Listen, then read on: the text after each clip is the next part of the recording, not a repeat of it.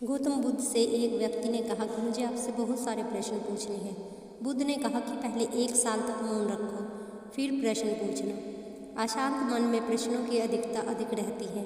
प्रश्नों की वजह से हम निर्णय नहीं ले पाते। ऐसी स्थिति में कुछ मौन हो जाना चाहिए।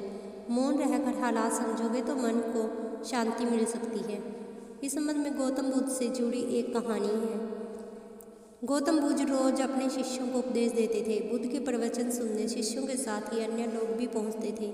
एक दिन जब बुद्ध प्रवचन दे रहे थे तभी एक व्यक्ति पहुंचा और बोला कि मैं आपसे बहुत सारे प्रश्न पूछना चाहता हूं। मेरा मन बहुत अशांत है। कृपया मेरे प्रश्नों का उत्तर दे ताकि मेरा मन शांत हो सके। बुद्ध ने उनसे कहा कि मैं तुम्हारे प्रश्नों के उत्तर दूंगा, लेकिन तुम्हें 1 साल तक मौन धारण करना होगा। 1 साल के बाद तुम जो भी पूछोगे तुम्हें उसका उत्तर जरूर मिल जाएगा। उस व्यक्ति ने कहा कि 1 साल बाद आप मेरे प्रश्न को अवश्य आंसर देंगे ना? बुद्ध ने कहा कि मैं अपनी बात का पक्का हूँ, तुम्हें तुम्हारे सारे प्रश्नों का जवाब दे दूंगा, लेकिन 1 साल बाद। बुद्ध की बातें मानकर उस व्यक्ति ने मौन धारण कर लिया। धीरे धीरे वह मौन की वजह से उसका मन एकाग्र होने लगा। वह ध्यान से उतरने लगा, ध्यान में उतरने लगा। मन भी शांत होने लगा। उसके सभी प्रश्न खत्म होने लगे। 1 साल बीत गए। समय पूरा होने के बाद बुद्ध ने उस व्यक्ति से कहा कि अब तुम अपने सभी प्रश्न मुझसे पूछ सकते हो। ये बात सुनकर वह व्यक्ति हंसा और कहा कि 1 साल पहले मेरे मन में कई प्रश्न थे, लेकिन अब मेरा मन शांत हो गया, उसके अंदर कोई प्रश्न नहीं है। बुद्ध ने उस व्यक्ति से कहा, जब तक हमारा मन शांत नहीं होता, मन में ढेरों प्रश्न उठते हैं, उसकी परेशानियां बनी रहती हैं। अज्ञान और भ्रम की वजह से हमारा मन प्रश्नों के ऊपर तक पहुंच ही नहीं पाता। कुछ समय मौन धारण करके हम हालातों को समझेंगे तो सारे प्रश्न के उत्तर स्वयं ही मिलने लगते हैं। मन शांत हो जाता है और सभी प्रश्न भी खत्म हो जाते हैं। सारी चीज़ें हम आसानी से समझने लगते हैं और जीवन में सुख शांति हमें मिल जाती है। मौन रहने के फायदे।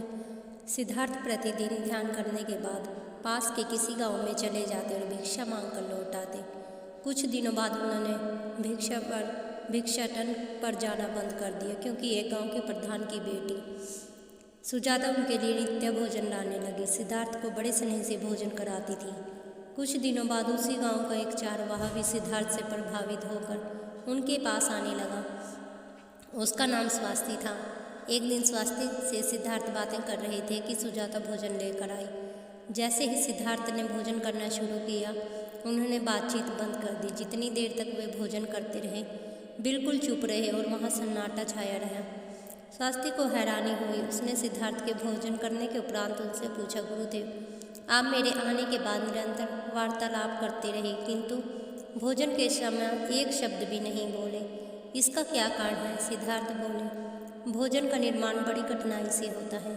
किसान पहले बीज बोता है, फिर पौधे की रखवाली करता है और तब कहीं जाकर अनाज पैदा होता है। फिर जिस घर की महिलाएं उसे बड़े जत्न से खाने योग्य बनाती हैं। इतनी कठिनाई से तैयार भोजन का पूरा आनंद तभी संभव है जब हम पूर्णतः मौन रहें। अतः भोजन के दौरान मैं मौन रहकर उसका पूरा स्वाद लेता हूँ। वस्तुतः शांति से किया गया भोजन न केवल शारीरिक भूख को तृप्त करता है, बल्कि मानसिक आनंद और ऊर्जा भी प्रदान करता है। हमेशा बड़बोलापन भी अच्छा नहीं होता। कभी कभी चुप रहना भी बुद्धिमानी की निशानी होती है। गौतम बुद्ध के विचार सिखाते हैं कि आपका काम दर्शाता है कि आप कौन हैं। यदि आप बिना ज़रूरत के ज़्यादा ज्ञान झाड़ेंगे तो कोई आपका सम्मान नहीं करेगा। इसलिए शांत रहना और अपने आसपास की चीज़ों पर गौर करना ही बुद्धिमानी होती है। अगर मेरी वीडियो आप सबको अच्छी लगे तो प्लीज़ लाइक और सब्सक्राइब कीजिए। अगर उसमें कुछ कमी लगे तो प्लीज़ कमेंट भी करके मुझे ज़रूर बताइए कि वह क्या सही है और क्या गलत है।